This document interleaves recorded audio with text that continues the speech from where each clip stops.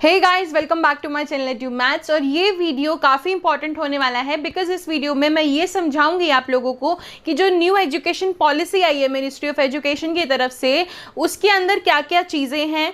First of all एक नया system आया 5+3+3+4। उसके लिए आप लोग कंफ्यूज होंगे कि बेसिकली ये है क्या। सो मैं इसमें आपको बहुत अच्छे से एक एक एक्सप्लेन करूंगी कि क्या क्या डिफरेंसेस आए हैं, जो अब एजुकेशन सिस्टम है और जो नया अपडेट हुआ है उसमें क्या डिफरेंस आया है और ये कब तक इम्प्लीमेंट हो जाएगा, यानी कि कब तक ये लागू हो जाएगा। सो वो चीज़ मैं आपको इस वीडियो में बताऊंगी। और साथ ही में सिर्फ 12th तक का ही नहीं, जो ग्रेजुएशन होता है, पोस्ट ग्रेजुएशन होता है, वो सब इस वीडियो में मैं आपको कवर करके बताऊंगी। So let's get into the video.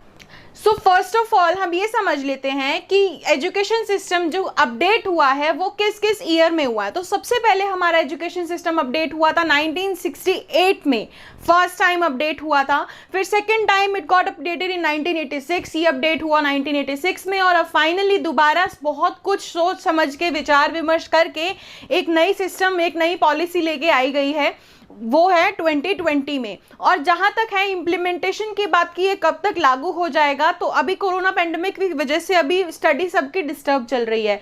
तो होपफुली अभी इस पे और डिस्कशन हो रहा है। होपफुली ये 2022 या 23 के लास्ट तक तो ये इम्प्लीमेंट हो ही जाएगा और ये एग्जीक्यूट कर दिया जाएगा, यानी कि ये लागू कर दिया जाएगा। अब इस सिस्टम के अंदर क्या क्या डिफरेंसेस हैं और इस वीडियो के एंड में मैं आपको बताऊंगी कि मेरिट्स, यानी कि इसके एडवांटेजेस क्या हैं और डिसएडवांटेजेस क्या हैं। क्योंकि हर एक चीज़ के, कोई भी चीज़ बिल्कुल परफेक्ट नहीं होती, कुछ ना कुछ चीज़ें उसमें भी रह जाती हैं जो कि इम्प्रूव होने की ज़रूरत होती है। सो वो भी मैं आपको इस वीडियो में बताऊंगी, मेरिट्स और डिमेरिट्स क्या हैं इस नई एजुकेशन पॉलिसी के। तो सबसे पहले हमने जान लिया कौन से ईयर में ये अपडेट हुई थी। अब हम डिफरेंस देखते हैं। सो पहले हमारा जो अभी तक चलता आ रहा है वो है 10+2। जैसे कि आप ऑलरेडी जानते हैं 10+2 का मतलब होता है कि फर्स्ट टू 10 तक क्लास हम काउंट करते हैं 10 में, और हम 11th को क्या बोलते हैं, +1, 12th को बोलते हैं +2। तो यहाँ 10th तक आती है, फर्स्ट से लेके 10th क्लास तक, जिसमें क्या होता है, सिंपल तरीके से आपको पढ़ाया जाता है। सब्जेक्ट्स होते हैं 10th तक, आपके जो सब्जेक्ट होते हैं वो मैंडेटरी होते हैं, ज़रूरी होते हैं, उसमें आपके पास कोई चॉइस नहीं होती। ठीक है, तो यहाँ फर्स्ट टू 10th तक में हर साल आपके 2 बार एग्जाम्स होते हैं, उसका रिजल्ट आता है, CGPA काउंट होता है, वो सब प्रोसेस रहता है। +2 में क्या होता है, यानी कि आपको 10th के बाद एक स्ट्रीम लेनी पड़ती है, यानी कि आपको या तो कॉमर्स लेना है या आर्ट्स लेना है या साइंस लेना है, तो वो आपके पास चॉइस होता है कि आप ये चीज़ ले सकते हैं। ठीक है, तो एक इसमें भी बहुत बड़ा डिफरेंस है जो अभी मैं बताऊंगी। तो ये तो था 10+2 सिस्टम जो अभी तक चलता आ रहा था। अब आगे जो 5+3+3+4 जो ये आया है, इसमें क्या चीज़ें हैं वो मैं आपको बताती हूँ। एक टेबुलर फॉर्म में दोनों के डिफरेंसेस बताती हूँ, 5+3+3+4 भी समझाती हूँ कि क्या होता है। तो गाइज नाउ अब हम देखते हैं। देखो, प्रीवियस मेथड में 10+2 था, जिसमें कुछ भी ऐसा स्पेसिफिकली कोई नई चीज़ नहीं थी। यानी कि आपका क्या होता था, फर्स्ट क्लास से लेकर 12th क्लास तक हर साल आपके एग्जाम होने हैं। ठीक है, हर साल ही आपका रिजल्ट आना है। साथ में 10th के बाद आपको एक स्ट्रीम चूज करनी पड़ती है। अगर आपने साइंस ले लिया, मान लीजिए आपका साइंस में इंटरेस्ट है, तो आप साथ में अकाउंट्स नहीं ले सकते। You were bound to take science subjects only, यानी कि आप बाउंड हो जाते हो एक ही स्ट्रीम के साथ। लेकिन अब नई एजुकेशन पॉलिसी में एक डिफरेंस ये आया है कि यहाँ पे ऐसा कोई स्ट्रीम नहीं है, स्ट्रीम सिस्टम कट कर दिया गया है। अगर आप चाहते हैं अकाउंट्स लेना और साथ में बायोलॉजी लेना और साथ में आप मैथ्स लेना चाहते हैं, या फिर आप सोशल साइंस या पॉलिटिकल साइंस लेना चाहते हैं, तो ये आपकी चॉइस है। यहाँ पे कोई स्ट्रीम सिस्टम नहीं होगा, ये आपकी चॉइस है कि आप कोई से भी सब्जेक्ट ले सकते हो, डजंट मैटर कि वो कौन सी स्ट्रीम का है। तो ये एक अच्छा पॉइंट लगा, क्योंकि क्या होता है कि कई बार ऐसा हो जाता है कि हमें किसी एक स्ट्रीम के एक सब्जेक्ट में इंटरेस्ट होता है। जस्ट सपोज कि आपने कॉमर्स लिया और आपका इंटरेस्ट है अकाउंट्स में और मैथ्स में, तो साथ में जो BST और ये हमारा पॉल साइंस आता है, उसमें मान लीजिए हमारा इंटरेस्ट नहीं है, तो वहाँ पे बच्चा लैग कर जाता है, क्योंकि 2 सब्जेक्ट में उसको इंटरेस्ट है, उसकी वजह से उसको कॉमर्स लेना पड़ा। लेकिन 2 सब्जेक्ट ऐसे हैं जिसकी वजह से उसका उसका रिजल्ट पीछे रह गया।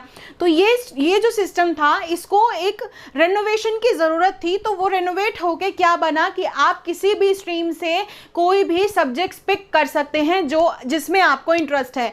आप चाहे कॉमर्स से अकाउंट्स ले लो, आप चाहते हो साइंस साइड से फिजिक्स ले लो, और आप चाहते हो कि आप आर्ट्स में से सोशल साइंस या पोल साइंस लेना है, बीएससी लेनी है, कुछ भी लेना है, सोशियोलॉजी लेना, आप वो भी ले सकते हो।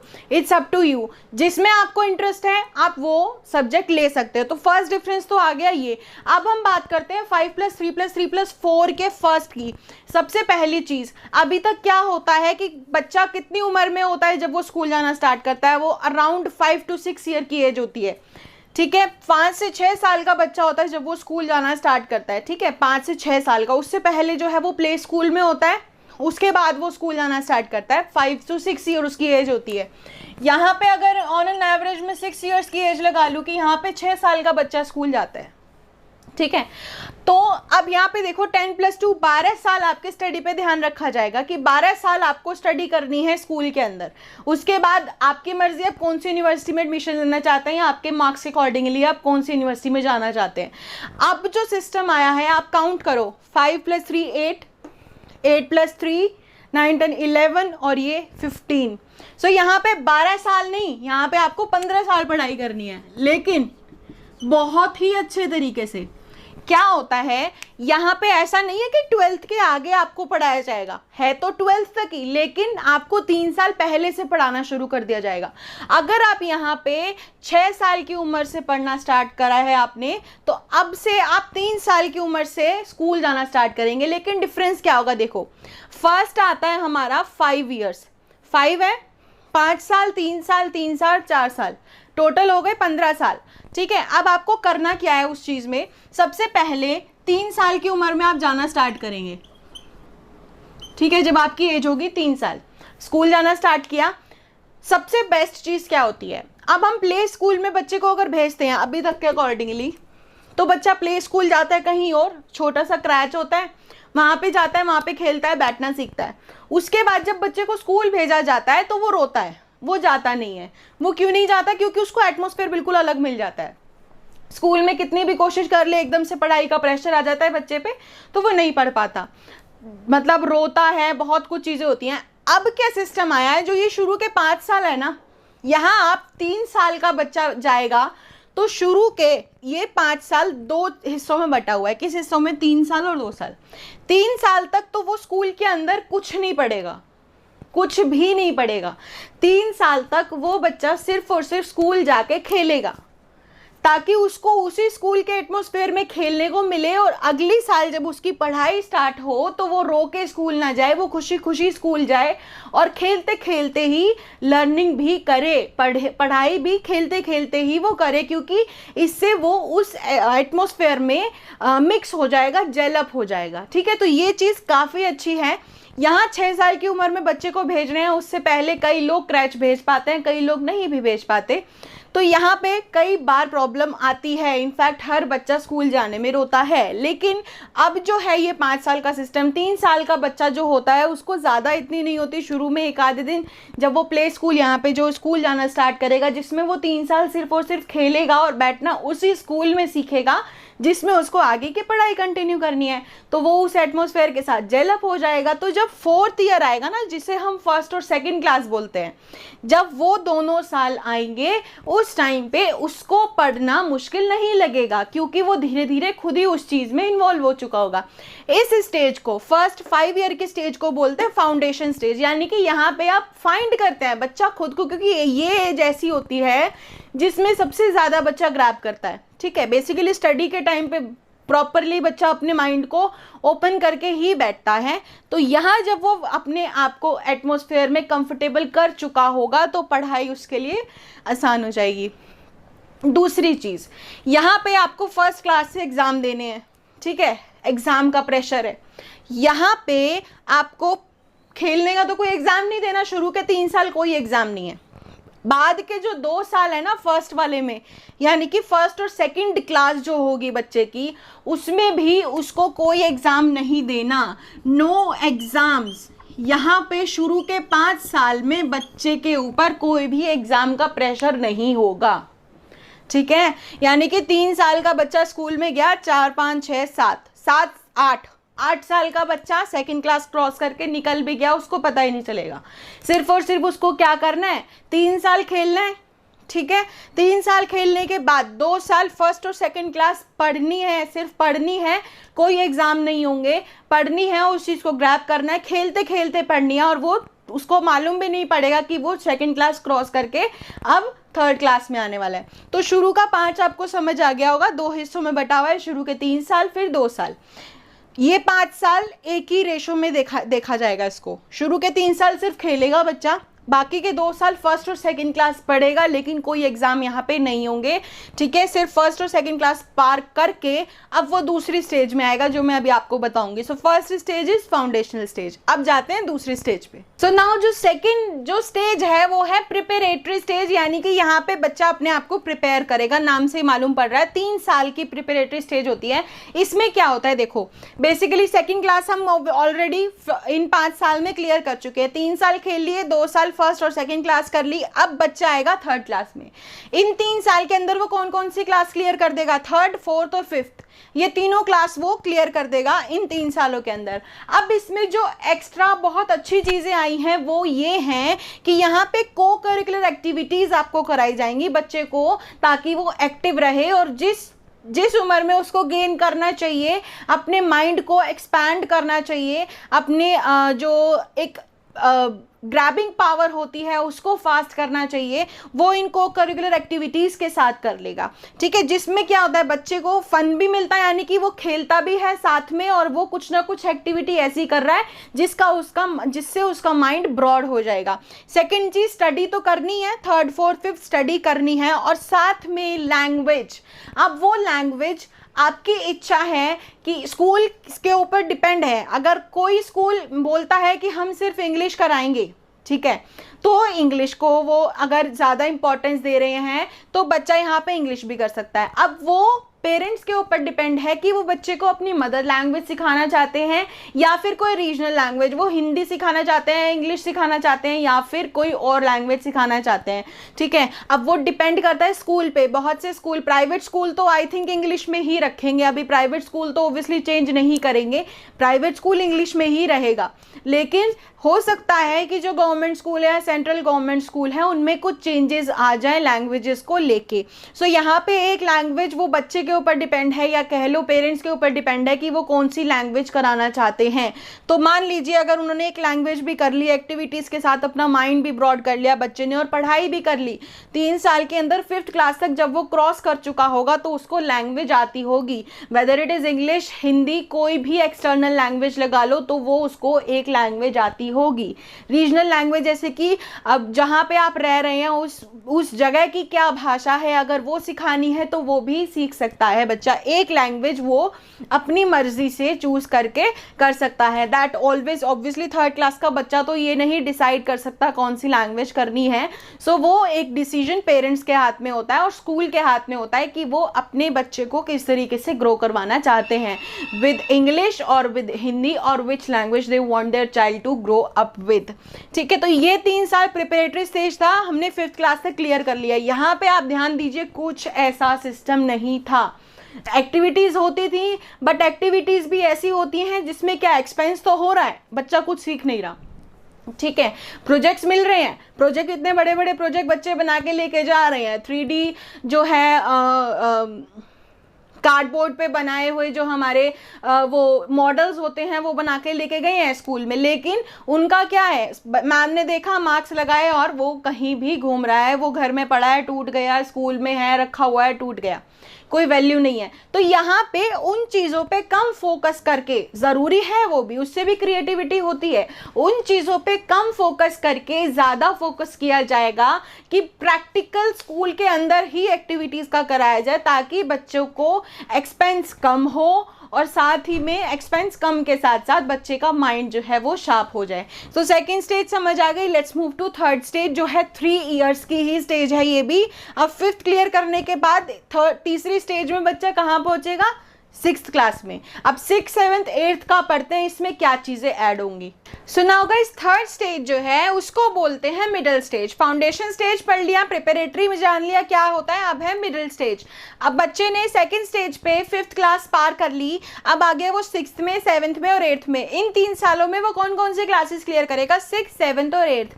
अब इसमें जो एक्स्ट्रा चीजें हैं और बहुत ही अच्छी चीजें हैं वो ये है, फर्स्ट ऑफ ऑल इस एज में वो एक लैंग्वेज पढ़ेगा, कोई भी इंडियन लैंग्वेज फुल कोर्स करेगा, नो मैटर कि उसने हमारी इससे पहली स्टेज में कौन सी लैंग्वेज की है।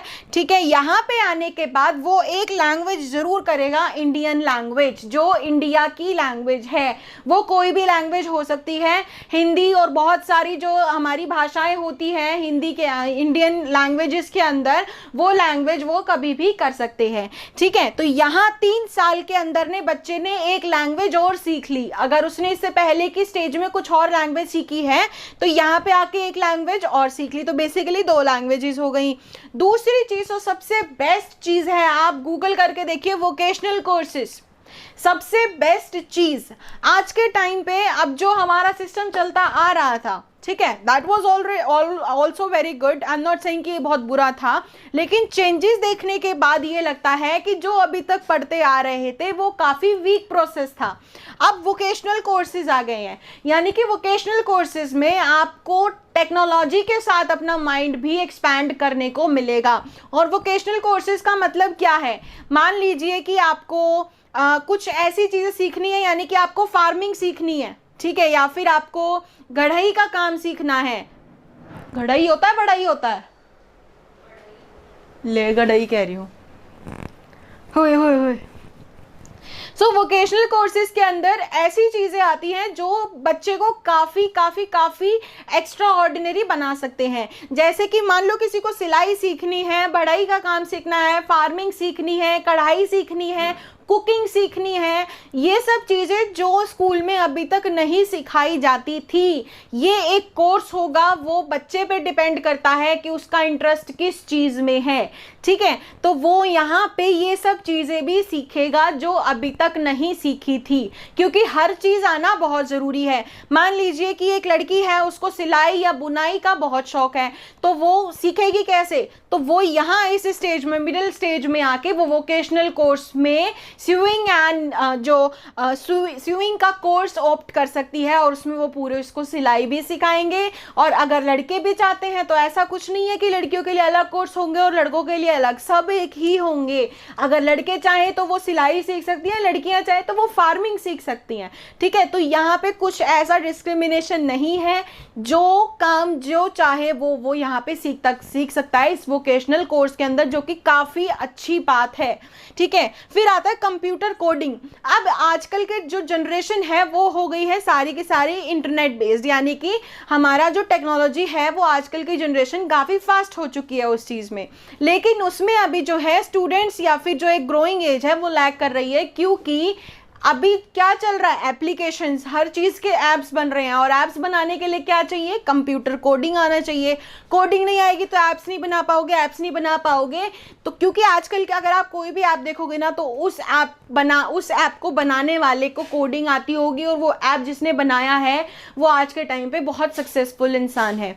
तो यहाँ पे आपको स्पेसिफिकली ये मैंडेटरी है कि वो आपको कंप्यूटर कोडिंग जरूर सिखाएंगे, चाहे आप एप्लीकेशन बनाओ, चाहे आप कोई वेबसाइट बनाओ, लेकिन आपको उसका पूरा डिजिटल, एक तरीके से जो डिजिटल चीज़ें होती हैं ना वो आपको प्रॉपर सिखाई जाएंगी, which is very very very good thing.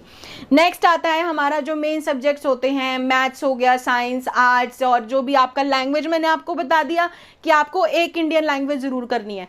तो 6th 7th 8th इस मिडिल एज में सोचो आप कितना कुछ सीख सकते हो। आप वोकेशनल कोर्स सीख रहे हो, वोकेशनल कोर्स के अंदर जो मैंने आपको बताया सारी चीज़ें ऐसी जो बच्चों को आनी चाहिए। जिस चीज़ में इंटरेस्ट है, कारपेंटिंग में इंटरेस्ट है तो आप जाओ, आप उसका कारपेंटर का कोर्स करो।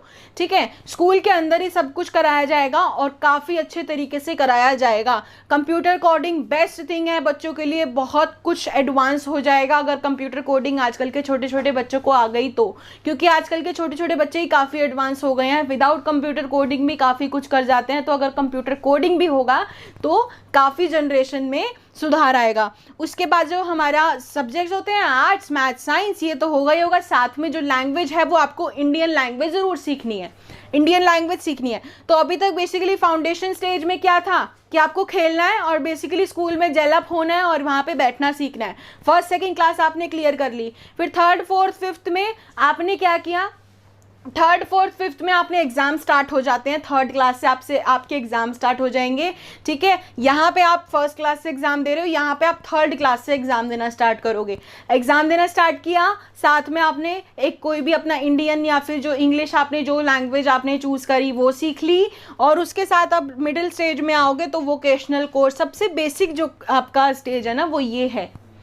क्योंकि ये स्टेज आप देखो कितनी चीज़ें लेके, कितनी चीज़ें इसके अंदर आती हैं, वोकेशनल कोर्स इसके अंदर आता है, कंप्यूटर कोडिंग, क्योंकि बेसिकली जो ये एज आती है ना 6th 7th 8th में जब बच्चा होता है, इस एज में जो 6th 7th 8th में जो स्टूडेंट फिलहाल है, ये एज सबसे ज़्यादा एक्सप्लोर करने के लिए बेस्ट होती है। The more you explore in this age the more you will remember for life. ठीक है, सो ये था मिडिल स्टेज। अब चलते हैं लास्ट स्टेज के ऊपर जिसको हम बोलते हैं सेकेंडरी स्टेज। ठीक है, अब वो 4 इयर्स की होती है, उसमें क्या क्या होता है वो देखते हैं। सो ये जो लास्ट स्टेज है 4 इयर्स की, इसको हमने बोला सेकेंडरी स्टेज। इसमें कौन सी क्लासेस क्लियर होगी, 9th 10th 11th 12th। यहाँ पे 10+2 था, 10 के बाद जो +1 +2 आता था, इसमें डिफरेंस क्या था, यहाँ पे आपको स्ट्रीम लेनी पड़ती थी, जैसे मैंने स्टार्टिंग में बताया।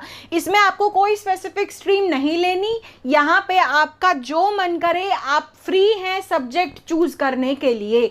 आप चाहे अकाउंट्स के साथ फिजिक्स ले लो, मैथ्स के साथ आप बायो ले लो, आप जो सब्जेक्ट चाहते हैं आप वो, you are free to choose any subjects of your choice. ठीक है, फिर लास्ट आता है यहाँ पे, एक तो सबसे पहली चीज यहाँ पे आपकी थिंकिंग पे ध्यान दिया जाता है, बिकॉज आजकल क्या है, थ्योरेटिकली कम आपको प्रैक्टिकली ज़्यादा सिखाया जाता है, ताकि आप थ्योरी तो, कोई भी थ्योरी तो देखो बना के लिखना is not a difficult task to do, but expanding your mind is the main thing. तो यहाँ पे इस चीज़ पे फोकस करके ये चीज़ सिखाई गई है कि आपको एक थिंकिंग पे भी ध्यान दिया जाएगा, यानी कि आपको बेसिक चीज़ें ही नहीं, आपको सोचने के लिए दिया जाएगा कि अगर ये हुआ है, ऐसा ना हुआ होता तो क्या होता।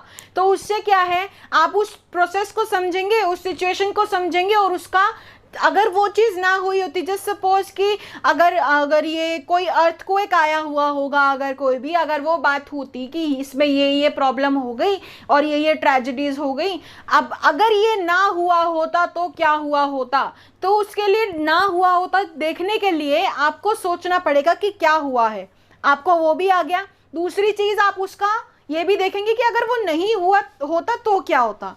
ठीक है, तो ये सब चीज़ें बेसिकली आपकी थिंकिंग को एक्सपैंड करेंगी। और लास्ट चीज़ जो आती है वो आती है एक फॉरेन लैंग्वेज। ठीक है, फॉरेन लैंग्वेज यानी कि यहाँ पे आने के बाद आप एक फॉरेन लैंग्वेज इन 4 सालों में करना मैंडेटरी होगा, चाहे वो आप जर्मन कर रहे हैं, फ्रेंच लैंग्वेज कर रहे हैं, जर्मन कर रहे हैं, स्पेनिश कर रहे हैं, या कोई भी लैंग्वेज आप कर रहे हैं, तो यहाँ पे आपके पास फुल एक अपॉर्चुनिटी है। अभी फिलहाल क्या देखा, फर्स्ट स्टेज में आपने बैठना सीख लिया अच्छे से, दूसरी स्टेज में आपने एक लैंग्वेज कर ली इंडिया की, या फिर आपने अपनी मदर लैंग्वेज कर ली। उसके बाद थर्ड जो तीसरा स्टेज आता है जिसे हम बोलते हैं मिडल स्टेज जो था, उसमें हमने एक इंडियन लैंग्वेज करी, चाहे वो कोई भी लैंग्वेज हो, और लास्ट स्टेज में हमने करी फॉरेन लैंग्वेज। तो कितना कुछ चेंज है, और यहाँ पे थिंकिंग पे ध्यान दिया गया है, वोकेशनल कोर्सेज पे ध्यान दिया गया है, और ये स्ट्रीम्स का चक्कर हटा दिया गया है, क्योंकि बहुत बार ऐसा होता है कि स्ट्रीम के चक्कर में 2 सब्जेक्ट में बच्चा टॉप कर गया और दूसरे 2 सब्जेक्ट जिसमें उसका इंटरेस्ट नहीं था, उसकी वजह से उसकी डिवीजन खत्म हो गई। ठीक है, तो ऐसा होता है। अब इसमें आपके पास फुल चॉइस रहेगा, आप कोई भी सब्जेक्ट चूज कर सकते हो। और जैसे कि इससे पहले वाले स्टेज में क्या था कि आप वोकेशनल कोर्सेज, आपको अगर कारपेंटिंग सीखनी है, फार्मिंग सीखनी है, आपको कुछ भी काम सीखना है, you can learn in that stage. तो कितना कुछ चेंजेस आया है यहाँ, आई एम सॉरी तो कितने कुछ चेंजेस आए हैं यहाँ पे कि इन 15 सालों में, यहाँ हमने 6 साल के थे जब हमने पढ़ाई स्टार्ट की, ठीक है, और यहाँ पे हम 3 साल के थे जब बच्चे ने पढ़ाई स्टार्ट की। ये चलेगी 12 साल, ड्यूरेशन इसकी है 12 साल। ठीक है, यहाँ पे ड्यूरेशन है 15 साल। ठीक है, 3 साल एक्स्ट्रा होगा, लेकिन 3 साल एक्स्ट्रा होने के साथ साथ आपको ये चीज़ समझनी है कि 3 साल 12th के बाद नहीं, यहाँ पे फर्स्ट से पहले 3 साल स्कूल में बुलाया जाएगा। यहाँ पे अगर आप 6 साल के स्कूल जा रहे थे तो यहाँ 3 साल के जाओगे। ठीक है, जो 3 साल का डिफरेंस, बाकी क्लासेस सभी सेम है, लेकिन इस रेशो में बांट दी गई है कि ये 3-3 साल या 4 साल का जो भी एक रेशो दिया गया है, इनमें आप ज़्यादा से ज़्यादा सीखें। 3 साल एक लैंग्वेज के लिए इनफ है। अगर आप 4 साल यहाँ लास्ट सेकेंडरी स्टेज में कोई फॉरेन लैंग्वेज कर रहे हो तो 4 साल में आप अच्छे से कर सकते हो। और अगर आप इससे पहले 3 साल में कोई इंडियन लैंग्वेज कर रहे हो जो कि मिडिल स्टेज में था, तो 3 साल में कोई भी इंडियन लैंग्वेज करने के लिए 3 साल इनफ है। तो बहुत सोच समझ के ये चीज़ें रखी गई हैं ताकि 12th आने तक आपका माइंड इतना ज़्यादा एक्स्ट्रा ऑर्डिनरी एक्सपैंड हो जाए कि आप हमारी जनरेशन को ऑब्वियसली आप आगे लेके जा सकें। ठीक है, उसके बाद अब कुछ जो बेस्ट पॉइंट्स हैं इसके, और अभी मैं आपको बताती हूँ कि इसके बाद ग्रेजुएशन या पोस्ट ग्रेजुएशन का क्या चक्कर रहेगा, वो मैं आपको भी बताती हूँ। उसके बाद हम मेरिट्स और डीमेरिट्स पढ़ेंगे। तो गाइज अब देखते हैं कि न्यू एजुकेशन पॉलिसी के अंदर ग्रेजुएशन और पोस्ट ग्रेजुएशन किस टाइप के होंगे। 12th तक में आपने देखा कोई स्ट्रीम नहीं लेनी, तो यहाँ पे अब आप सोचेंगे कि BA अगर हम करते हैं तब करते हैं जब हमने 12th में आर्ट्स ली हुई होती है। ठीक है, मोस्ट प्रोबेबली। ठीक है, बाकी that is depend on the marks. अगर BCom ले रहे हैं, BCom करते हैं जब हमने कॉमर्स ली हुई होती है, तो ये किस तरीके से काम करेगा। अब BA, BCom, BSc जो भी ये जब टर्म्स आती थी वो सब नहीं होंगी, सिर्फ कहलाएगा ग्रेजुएशन। और ग्रेजुएशन 3 साल की हुआ करती थी, अब हो गई 4 साल की। ठीक है, अब इस 4 साल में क्या क्या होगा। सबसे पहले साल में आपको दिया जाएगा सर्टिफिकेट। सबसे पहली चीज़, अभी तक क्या होता था, 3 साल की ग्रेजुएशन है, 1 साल करके अगर आपने छोड़ दिया तो वो कंसिडर नहीं की जाती थी। आप दोबारा आओगे तो दोबारा आपको फर्स्ट ईयर करना है, सेकंड ईयर करना है, थर्ड ईयर करना है। तो यहाँ पे बेसिकली ये थोड़ा इसका ड्रॉबैक था कि जो अभी ओवरकम होना चाहिए था, जो कर दिया गया है। फर्स्ट ईयर में आपको बोला जाएगा कि आपको सर्टिफिकेट दे दिया जाएगा, ग्रेजुएट सर्टिफिकेट ऑफ ग्रेजुएट, अगर आप फर्स्ट ईयर करते हैं। उसके बाद अगर आपने सेकंड ईयर भी कर लिया तो आपको डिप्लोमा ऑफ ग्रेजुएशन दे दिया जाएगा। फिर अगर आपने थर्ड ईयर कर लिया तो डिग्री ऑफ ग्रेजुएशन दे दी जाएगी। आपने फोर्थ ईयर कर लिया, जो फोर्थ ईयर है रिसर्च का, आपको एक रिसर्च ऑफ ग्रेजुएशन दे दिया जाएगा। तो बेसिकली कोई BA BSc कुछ भी नहीं होगा, यहाँ पे सिर्फ और सिर्फ 4 साल होंगे। सब्जेक्ट्स अप टू यू, आप क्या लेना चाह रहे हैं। तो यहाँ पे अब एक चीज़ जो बहुत अच्छी चीज़ है, आप मान लीजिए फर्स्ट ईयर किया, सर्टिफिकेट ऑफ ग्रेजुएशन आपको मिल गया, उसके बाद कुछ भी प्रॉब्लम हो गई है, आप पढ़ाई कंटिन्यू नहीं कर पाए, ठीक है, आप 2 साल बाद आ रहे हैं, 4 साल बाद आ रहे हैं, तो आपको ये सर्टिफिकेट वाला जो फर्स्ट ईयर है दोबारा नहीं करना पड़ेगा। आप सीधा सेकेंड ईयर में एडमिशन लोगे और सीधा डिप्लोमा कर लोगे। ठीक है, उसके बाद थर्ड ईयर की अगर हम बात करें, थर्ड ईयर डिग्री की बात करते हैं। यहाँ पे अब आप ऑब्वियसली ग्रेजुएशन करने के बाद बहुत लोगों का ये ऑब्वियसली ऑलमोस्ट सबका यही मकसद होता है जॉब करनी है। तो जॉब के लिए आपको फर्स्ट ईयर ग्रेजुएशन जो ये है सर्टिफिकेट मिलेगा, इसके अकॉर्डिंगली भी जॉब मिल जाएगी। जो कंपनी ऑब्वियसली सर्टिफिकेट मांगती है तो इस स्टेज पे आपको जॉब मिल जाएगी। जो कंपनी डिप्लोमा मांगती है उसको इस स्टेज पे जॉब मिल जाएगी। जो कंपनी डिग्री मांगती है, वैसे most of the company degree मांगती है ग्रेजुएशन की, तो थर्ड ईयर के बाद जो है आप किसी भी जगह जॉब करने जाएंगे तो वो फोर्थ ज़रूरी नहीं है कि आपको फोर्थ करना ही करना है। फोर्थ अगर आप पढ़ना चाहते हैं तो पढ़ लो, जॉब करना है तो थर्ड ईयर के बाद कर लो, यहाँ आपको जॉब अच्छी मिल जाएगी। तो सर्टिफिकेट, डिप्लोमा, डिग्री और रिसर्च 4 साल आपने यहाँ पे पढ़ना है। अब आती है पोस्ट ग्रेजुएशन की बात। पोस्ट ग्रेजुएशन अगर आपने देखा हो, पहले क्या होता है, ग्रेजुएशन और पोस्ट ग्रेजुएशन दोनों मिला के 5 साल की हुआ करती थी। 3 साल की ग्रेजुएशन, 2 साल की पोस्ट ग्रेजुएशन। अब क्या चेंज आ गया है, यहाँ पे 1 साल बढ़ा दिया। ठीक है, यहाँ पे अब क्या फर्क आएगा देखो। पहले क्या होता था, 5 साल हुआ करते थे, 3 साल ग्रेजुएशन के और 2 साल पोस्ट ग्रेजुएशन के, ऐसे होता था। अब यहाँ पे 1 साल बढ़ा दिया। अब मान लीजिए आपने यहाँ 4 साल की ग्रेजुएशन कर ली, आपने रिसर्च ऑफ ग्रेजुएशन कर ली, यानी कि ये पूरे 4 साल कर लिए, तो पोस्ट ग्रेजुएशन सिर्फ आपको 1 साल की करनी है। 1 और 2 पोस्ट ग्रेजुएशन सिर्फ आपको 1 साल की करनी है, यानी कि टोटल अभी भी 5 ही साल हैं, 4 इसके और 1 इसके। और मान लीजिए यहाँ पर आपने डिग्री कर ली, डिग्री के बाद आपने सोचा मेरे को तो पोस्ट ग्रेजुएशन करनी है, मुझे नहीं करना 4th ईयर, तो डिग्री और ग्रेजुएशन करने के बाद आपको पोस्ट ग्रेजुएशन 2 साल की करनी पड़ेगी, यानी कि 5 साल तो पढ़ना ही पढ़ना है। ठीक है, 5 साल पढ़ना है, चाहे आप यहाँ 4 साल पढ़ लो और वहाँ 1 साल पढ़ लो, यहाँ 3 साल पढ़ोगे तो वहाँ 2 साल पढ़ना पड़ेगा, 5 साल तो पढ़ना है, यहाँ पे कोई चालाकी चलेगी भी नहीं। ठीक है, तो ये ग्रेजुएशन और पोस्ट ग्रेजुएशन का सिस्टम था। कोई मैंने आपको बताया री एंट्री बहुत अच्छे से हो सकती है, सबसे बेस्ट चीज़ जो है, क्योंकि अगर फाइनेंशियली किसी की प्रॉब्लम होती है, उसकी पढ़ाइयाँ 2 साल में रह जाती है, 2 साल डिप्लोमा कर लिया छूट गई, तो दोबारा से 2 साल करने पड़ेंगे अगर हम 5 साल बाद भी दोबारा अप्लाई करते हैं। लेकिन यहाँ पे वो सिस्टम बंद कर दिया है, यहाँ पे आप सीधा 2 साल बाद आओ, 4 साल बाद आओ, आपको यहाँ 3rd डिग्री पे एडमिशन मिलेगा। ठीक है, ये 2 साल दोबारा नहीं करने पड़ेंगे। बहुत बहुत पॉजिटिव पॉइंट्स हैं ये इसके। अब हम पढ़ते हैं इसके मेरिट्स और डीमेरिट्स, उसके बाद ये पूरा प्रोसेस ख़त्म हो जाएगा और ये इम्प्लीमेंट होगा 2022 तक। सो नाउ गाइज, अब हम देखते हैं कि इसके मेरिट्स क्या है, यानी कि पॉजिटिव पॉइंट्स हैं। उसके बाद देखेंगे डीमेरिट्स, जो थोड़े बहुत डीमेरिट्स जो और इम्प्रूव होने की ज़रूरत है, जिस पे अभी ध्यान देने की ज़रूरत है, हम वो पढ़ेंगे। ठीक है, सबसे पहली चीज़ वोकेशनल कोर्सेज जो हमने 6th to 8th में पढ़ा था, यानी कि मिडिल स्टेज में पढ़ा था। Vocational courses is the best thing, क्योंकि यहाँ पे बच्चों को वो सारे काम सिखाए जाएंगे जो वो अपनी नॉर्मल अभी तक जो चल रहा था उसमें नहीं सीख पाते। ठीक है, वोकेशनल कोर्सेज मैं आपको बता चुकी हूँ क्या होते हैं वही। अब आता है वे ऑफ गिविंग रिजल्ट। सबसे बेस्ट चीज जो मुझे इसमें लगी वो यही है कि यहाँ पे रिजल्ट बहुत अच्छे तरीके से आने वाला है। देखो, मार्क्स तो होंगे ही होंगे, मार्क्स तो होंगे ही होंगे। अब बच्चे को अभी तक रिजल्ट क्या होता है, मार्क्स मिल गए, टीचर ने जो मार्क्स दे दिए, दैट्स इट।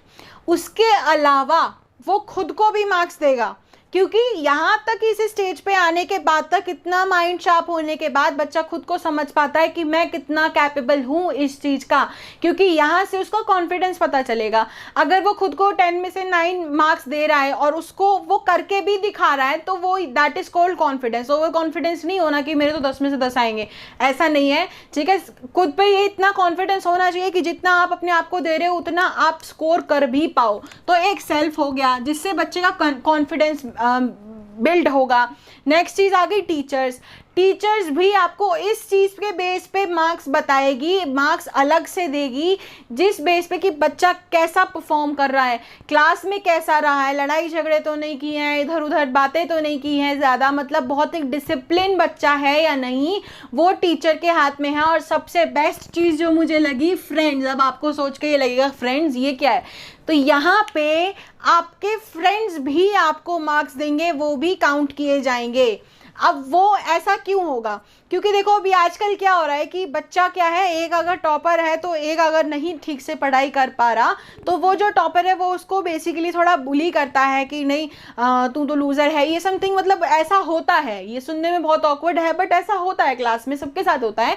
तो यहाँ पे आपको फ्रेंड्स जब नंबर देने होंगे, जब आपको पता है कि एंड ऑफ द ईयर यहाँ पे हर एक बच्चे से पूछा जाएगा कि इस बच्चे के कितने नंबर आने चाहिए, यानी कि उन फ्रेंड्स के बेस पे जो आपके क्लासमेट हैं उसके बेस पे भी आपकी मार्किंग होगी। तो आप सबके साथ एक अच्छा एटमॉस्फेयर बना के चलेंगे, क्योंकि आपको मालूम है कि भाई अगर इससे लड़ाई कर ली, इसको कुछ उल्टा बोल दिया, तो ये मुझे मार्क्स बुरे देगा। जिससे क्या होगा कि आपका एक जो सर्कल, जो क्लास का एटमॉस्फेयर है वो बहुत अच्छा रहेगा, यानी कि आपका सबसे बनी रहेगी आपकी। और एंड ऑफ द टाइम आपको ये समझ आ जाएगा कि एक डिसिप्लिन्ड एटमॉस्फेयर होता क्या है। किसी से लड़ाई झगड़ा नहीं होगा, ज़्यादा फालतू की बातचीत नहीं होगी, तो ऑब्वियसली डिसिप्लिन बना रहेगा। तो ये सब चीज़ें जो रिजल्ट में आने वाली है, नया चेंज आने वाला है, बहुत बड़ा चेंज आने वाला है। और ये ऐसा नहीं है कि ये तो सिर्फ कहने की बात है, सिर्फ मार्क्स आएंगे, ये मार्क्स भी काउंट किए जाएंगे। जो हमारा रिपोर्ट कार्ड आएगा उसमें ये मार्क्स भी काउंट किए जाएंगे। फ्रेंड्स के साथ बना के रखनी पड़ेगी, खुद पे कॉन्फिडेंस लाना पड़ेगा, टीचर्स के सामने इमेज भी अच्छी बनानी है और मार्क्स तो अच्छे लाने ही है। तो बेसिकली एक फुल पैकेज बन के निकलेंगे जब आप स्कूल से निकलेंगे। नेक्स्ट चीज़ है फिक्स्ड स्कूल फी। अब यहाँ पे क्या होता है, प्राइवेट स्कूल्स में आजकल क्या चल रहा है, प्राइवेट स्कूल में अपनी मर्जी की फीस रख लेते हैं, ठीक है। लेकिन अब से क्या होगा, प्राइवेट स्कूल हो कोई भी स्कूल हो, गवर्नमेंट एक फिक्स रेशो बना देगी कि आपको इससे ऊपर फीस नहीं रखनी। आप जैसे मान लीजिए अगर 5000 है तो 5000 से ऊपर फीस नहीं रख सकते, ठीक है। अगर उससे ऊपर रखा जाएगा, जैसे कि फॉर एन एग्जाम्पल, बहुत सिंपल सा एग्जाम्पल है, आप कुछ सामान लेने जाते हो तो उस पर एक फिक्स्ड मार्क्ड प्राइस रेट लिखा जाता है, यानी कि MRP लिखी जाती है कि ये फिक्स्ड है, उससे कम दुकानदार दे रहा है, कोई नहीं, ज़्यादा नहीं दे सकता। तो यहाँ पे स्कूल वाले फिक्स्ड फीस रखेंगे, ज़्यादा नहीं कर सकते, जितनी गवर्नमेंट ने फिक्स कर दी उससे कम कर लेंगे, ज़्यादा नहीं करेंगे, ठीक है। तो ये एक बहुत बड़ा बेनिफिट है। जो अभी तक स्कूल अपनी मर्जी से, प्राइवेट स्कूल बहुत हाई फीस रखता था, एक्सपेंस जो होता है काफ़ी हाई रखता था, वो अब एक लिमिट तक आ जाएगा और इससे जो है बच्चे की पढ़ाई पे असर पड़ेगा, क्योंकि ज़्यादा से ज़्यादा बच्चे पढ़ाई पे इन्वॉल्व हो पाएंगे। जो फाइनेंशियली वीक हैं, जो नहीं प्राइवेट स्कूल में भेजना चाह रहे हैं ड्यू टू द एक्सपेंस, तो यहाँ पे वो अब भेज सकते हैं, क्योंकि गवर्नमेंट जितना फिक्स कर देगा उससे ऊपर वो फीस नहीं ले सकते। लास्ट आता है एक्सेप्टेंस ऑफ फॉरेन यूनिवर्सिटी। तो अभी तक क्या था, फॉरेन यूनिवर्सिटी जो हमारे बाहर के देशों की जो यूनिवर्सिटीज़ हैं, बड़ी बड़ी यूनिवर्सिटीज़ हैं जिनका काफ़ी नाम है, वो अभी तक इंडिया में नहीं आई थी। तो अब यहाँ पे एक सबसे अच्छी चीज़ क्या है कि यहाँ पे इंडिया के अंदर भी 50 से 55 ऐसी यूनिवर्सिटीज़, फॉरेन यूनिवर्सिटीज़ इंडिया में आएंगी, जिससे काफ़ी जनरेशन हमारी आगे बढ़ेगी, ठीक है। तो बेसिकली ये सब इसके मेरिट्स हैं, और डीमेरिट्स कुछ एक आध हैं, वो मैं आपको बता देती हूँ। वैसे ही आप देख सकते हैं कितना अच्छे से सोच समझ के ये सब चेंजेस लाए गए हैं, और आप सुनेंगे तो आपको सुन के ही काफ़ी अच्छा लग रहा होगा कि ये तो बहुत बच्चे के लिए बहुत इम्प्रूवमेंट वाली बात हो जाएगी, ठीक है। जितना आप खर्चा अभी तक कर रहे थे उस हिसाब से पढ़ाई आपको मिल रही थी इतना, अब गवर्नमेंट ने खर्चा कर दिया इतना और पढ़ाई की जो तरकीबें हैं वो कर दी यहाँ पे, तो ऑब्वियसली बच्चा बहुत अच्छे से ग्रो होगा। सो अब पढ़ते हैं कुछ एक डीमेरिट्स। जो 2 डीमेरिट्स हैं, बेसिकली डीमेरिट्स नहीं है, ये भी ओवरकम हो जाएंगे, let's hope for the best, कि हमारे इस पूरे प्रोसेस में ना थोड़ा जोर कम दिया गया है, किस पे, इंग्लिश पे, ठीक है। यानी कि आपको फर्स्ट जो हमारी बिगिनिंग स्टेज थी, 5 साल कुछ नहीं है, ऑब्वियसली पढ़ाई नहीं है, फर्स्ट कोई एग्जाम नहीं है, उसके बाद जो सेकेंड स्टेज आती है जिसे हमने नाम दिया प्रिपरेटरी स्टेज, उसमें हमें कोई अपनी एक मदर लैंग्वेज या कोई भी लैंग्वेज जो हम चाहते हैं इंडियन लैंग्वेज कर सकते हैं। उसके बाद थर्ड जो स्टेज आ गई, जो जिसे हमने बोला मिडिल स्टेज, उसमें मैंडेटरी क्या है, ज़रूरी क्या है, कोई भी एक इंडियन लैंग्वेज पढ़ना। उसके बाद 4th स्टेज यानी कि जो सेकेंडरी स्टेज थी, जिसमें 9, 10, 11, 12 था, उसमें एक फॉरेन लैंग्वेज इंपॉर्टेंट हो गई, मैंडेटरी हो गई, ज़रूरी हो गई, कंपल्सरी हो गई। अब यहाँ पे इंग्लिश पे जोर थोड़ा कम दिया गया है, जो आई थिंक कि जो प्राइवेट स्कूल हैं उन पे तो फ़र्क नहीं पड़ेगा, क्योंकि प्राइवेट स्कूल में ऑलरेडी इंग्लिश एक ऐसा सब्जेक्ट है जो मेन सब्जेक्ट है और काफ़ी ज़रूरी है। लेकिन एज़ कम्पेयर टू गवर्नमेंट और सेंट्रल गवर्नमेंट स्कूल्स, वहाँ पर थोड़े चेंजेस आने में टाइम लगेगा, जिसकी वजह से बिगिनिंग से अगर बच्चा इंग्लिश नहीं पढ़ रहा तो उसको थोड़ा इंग्लिश की कॉन्वर्जेशन में टाइम लग सकता है। अगर ऐसा हो जाता है कि फर्स्ट बिगिनिंग स्टेज में ही बच्चे के पेरेंट्स ने इंग्लिश ऑप्ट करवा दी, तो वो बच्चा इजीली ग्रो अप कर जाएगा। नेक्स्ट है चाइना की जो लैंग्वेज है, चाइनीज़ लैंग्वेज, उस पे सबसे बड़ी चीज़ जो हमारा लास्ट स्टेज थी, सेकेंडरी स्टेज में जो एक फॉरेन लैंग्वेज हमें करनी थी, उसमें से चाइनीज़ लैंग्वेज को हटा दिया गया है, ठीक है। हटा दिया गया है वो क्यों? क्योंकि अभी आप जानते हैं कि जो भी प्रॉब्लम चल रहा है इंडिया के और चाइना के बीच में, उसको देख के उन्होंने ये लैंग्वेज ही हटा दी। लेकिन अगर देखा जाए ध्यान से तो ये कहीं ना कहीं एक हमारे लिए डीमेरिट है। वो इसलिए क्योंकि अगर हम चाइनीज़ लैंग्वेज पढ़ते हैं तो उससे हमें फ़ायदा है, उन लोगों को फ़ायदा नहीं है। हमें फ़ायदा क्यों है? ताकि हम जो चाइना के साथ जो हमारी एक ट्रेड है, या फिर हम कहते हैं इंपोर्ट एक्सपोर्ट जो है, वो बढ़ जाएगी, क्योंकि हम भी चाइनीज़ बोल पाएंगे, ठीक है। जैसे कि फॉर एन एग्जाम्पल, अगर मान लो हमें इंग्लिश नहीं आती तो हम कैसे फॉरेन कंट्रीज़ में इंपोर्ट एक्सपोर्ट कर पाएंगे? हम हिंदी बोल रहे हैं, वो इंग्लिश बोल रहे हैं, तो हम इंपोर्ट एक्सपोर्ट नहीं कर पाएंगे, क्योंकि हमारा कम्युनिकेशन नहीं होगा। तो उसी के अकॉर्डिंगली अगर चाइना की लैंग्वेज को अगर अगर बंद नहीं किया, यानी कि बैन नहीं किया जाता कि यहाँ पे चाइनीज़ लैंग्वेज नहीं सिखाई जाएगी, तो हम भी ये लैंग्वेज समझ के उसके साथ ट्रेड कर सकते थे और उनकी जो भी आने वाली जनरेशन में जो भी एडवांस चीज़ें हैं वो हम उनसे पहले भी बनाने की कोशिश कर सकते थे। ठीक है, तो ये सब चेंजेस जो है होने चाहिए एंड आई थिंक कि ये जब तक इम्प्लीमेंट हो तब तक ये चीज़ें जो मेन चीज़ें दो थी जो है एजुकेशन ऑफ मिनिस्ट्री, जो मिनिस्ट्री ऑफ एजुकेशन है, उनको ये चीज़ समझ आ जाए और वो डेफिनेटली इस चीज़ को धीरे धीरे ओवरकम कर दें। सो डीमेरिट्स कोई बड़े नहीं है। देखो इतना ज़्यादा प्रॉफिट है इस पूरे एजुकेशन सिस्टम में, मतलब हम उस हिसाब से देखें तो कुछ भी नहीं पढ़ रहे थे। ठीक है, हम सिंपल क्या कर रहे थे, 5 बोर हो गए, फर्स्ट से लेके 12 तक सब बच्चे बोर हो गए। वही 5 सब्जेक्ट हैं पढ़े जा रहे हैं, 6 सब्जेक्ट हैं पढ़े जा रहे हैं, प्रोजेक्ट मिल रहे हैं कर रहे हैं, एग्जाम आ गए डर रहे हैं, एग्जाम कर रहे हैं, मार्क्स कम आ रहे हैं, ज़्यादा आ रहे हैं। मतलब ये चीज़ एक सिमिलर चलती आ रही है। यहाँ पे देखो कितना चेंज है, शुरू के 5 साल कुछ और, फिर 3 साल कुछ और, फिर 3 साल कुछ और, फिर 4 साल कुछ और।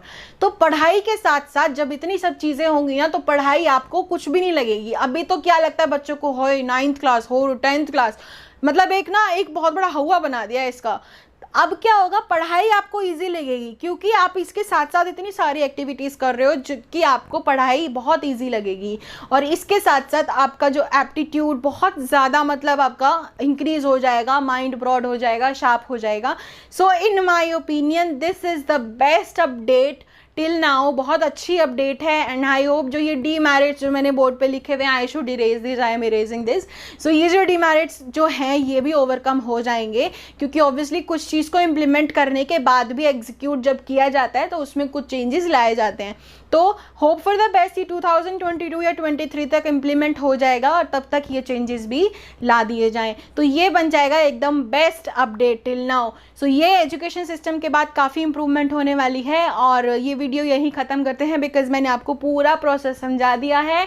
आप इस वीडियो को देखिए, समझिए और उसके बाद बताइए कि आपको समझ आ गया या नहीं और आपको ये सिस्टम अच्छा लगा या नहीं। ठीक है, तो ये बताइए और do like, subscribe and share my channel. And one more thing is there कि जो टीचर के ऊपर क्या इफेक्ट आने वाला है स्टडीज़ में या फिर एक टीचिंग वे में, उसके लिए अगर आप चाहते हैं तो मैं उसके लिए एक सेपरेट वीडियो बना दूंगी। ये सिर्फ आपको समझाने के लिए था। और आप जाके किसी भी गूगल पे आप जाइए, गूगल करिए न्यू एजुकेशन पॉलिसी, आपको पूरा का पूरा आर्टिकल मिल जाएगा। जो भी मैंने आपको समझाया सब आर्टिकल्स मिल जाएंगे। मैंने वहीं से इन्फॉर्मेशन आप लोगों के लिए गैदर की है और आपको मैं समझा रही हूँ, आप जाके देख सकते हैं। और अगर कोई पॉइंट मुझसे रह गया हो तो I am sorry for that, but till then do like, subscribe and share my channel. Thank you.